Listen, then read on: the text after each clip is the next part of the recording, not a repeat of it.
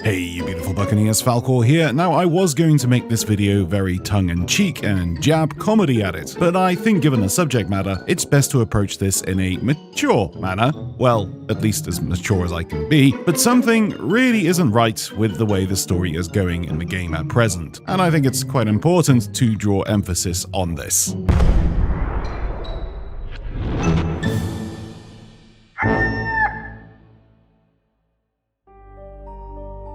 So down within the Pirate Legend Tavern, the NPCs have once again had a reshuffle, and the very precious Tainted Sword of Souls that the Pirate Lord wants to be kept safe and away from the prying eyes of onlookers is now placed on the bar like a bowl of pretzels. Now, first of all, before I go into this dialogue of what Briggsy and Tasha's parents have to say, I just want to draw emphasis on this Twitter post made only days before this change. The Sword of Souls, used to create an entire island within the Sea of the Damned, has a notably potent ability to manifest memories. In the right hands, this could be incredibly helpful. In the wrong hands, well, there's a reason it's normally kept sealed away. Yes, very sealed away. But I'm sure a few of you who have followed the storyline will notice one massive mistake with this. The Tainted Sword of Souls does not create memories. Never has created memories. And there has never been one instance within this game where it has been suggested that it does. The Tainted Sword of Souls basically has the ability to mind control people, as we saw in the Monkey Island Tall Tales. At the end of the first Tall Tale, we hear LeChuck say that once he convinced Guybrush that he was a pirate hero, Guybrush made all of this possible. Guybrush made this, referring to Melee and Monkey Island. It was Guybrush's memories of Melee and Monkey Island that were brought into manifestation due to the Sea of the Damned. The Sea of the Damned is the thing that allows people to manifest memories into reality, and the Tainted Sword of Souls effectively manipulated Guybrush's thoughts to help bring Melee Island into existence. The sword itself does not have the ability to produce memories. The Sea of the Damned does that. So although yes, you could say that in the right circumstances, if the Tainted Sword is used in the right area, the Sea of the Damned, it could in fact be used to conjure memories if it manipulated the mind of someone near it first. But the Tainted Sword of Souls itself cannot conjure memories. It can manipulate minds, even the minds of phantoms, which is why all the inhabitants of Melee Island believe that Guybrush is the hero of Melee Island. But conjure memories like a Bluetooth Sea of the Damned? No.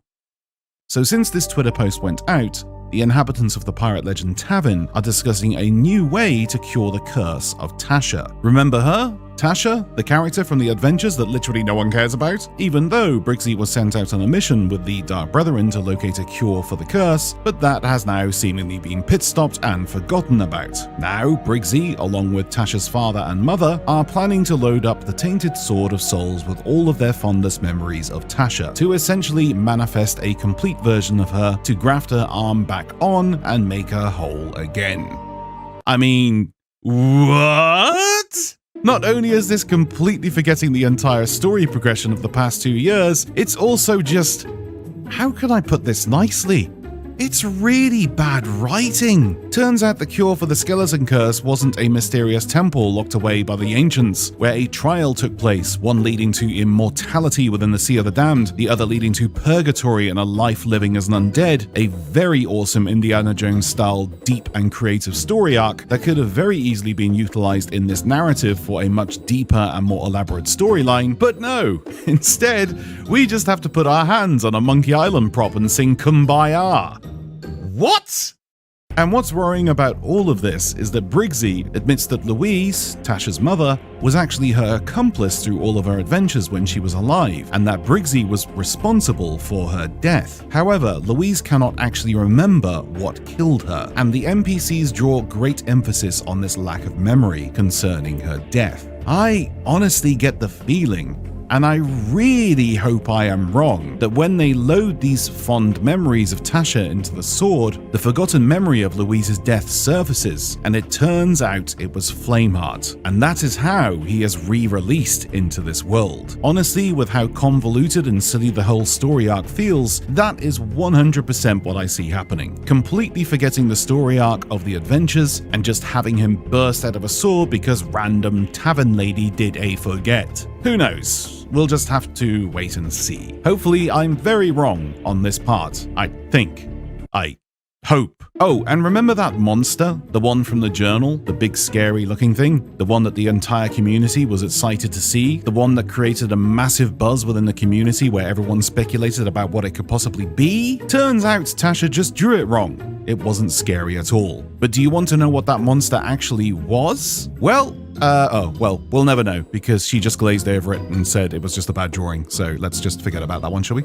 Okay, moving on. But this is all really sad to see. Many of us have dedicated the last 2 or 3 years to the Adventures storyline and coming up with some absolutely amazing theories on what will happen. Content creators like myself, podcasters, website owners, heck, even people who just speculate because it's fun, and have all of our pondering thoughts and combined grey matter to end with this is just horrid. It's like the story writers of Sea of Thieves were off sick and they got random Jeff to read the wiki instead. It's really, really bad. When the adventures were shelved and the story started to come back like the old days, with the cookie crumb trail and sandbox approach, I was excited, but now I'm just deflated and let down. My only hope is this is leading onto something better. We'll just have to wait and see what happens. I feel bad ending on such a down note. This is just something I'm sure is the internal dialogue of anyone who is invested in the storyline at the moment, and I just wanted to get that voice out there. But as they say, it can only get better, right? But until next time, folks, please hit that sub button and the other stuff, and leave a comment on your thoughts too. A little feedback from the community on this matter will do wonders. But until next time, stay safe and happy sailing.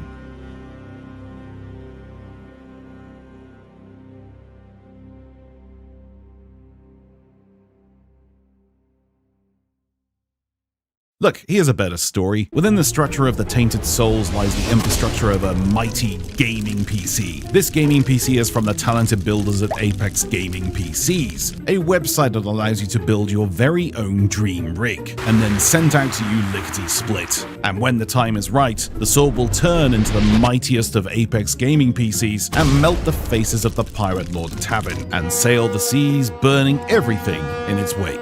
Interested? Links down below. Yeah, that'll do it. Why write a story when we can just put it all in 3 lines of text? And we just have to put our hands on a monkey island prop and sing Kumbaya.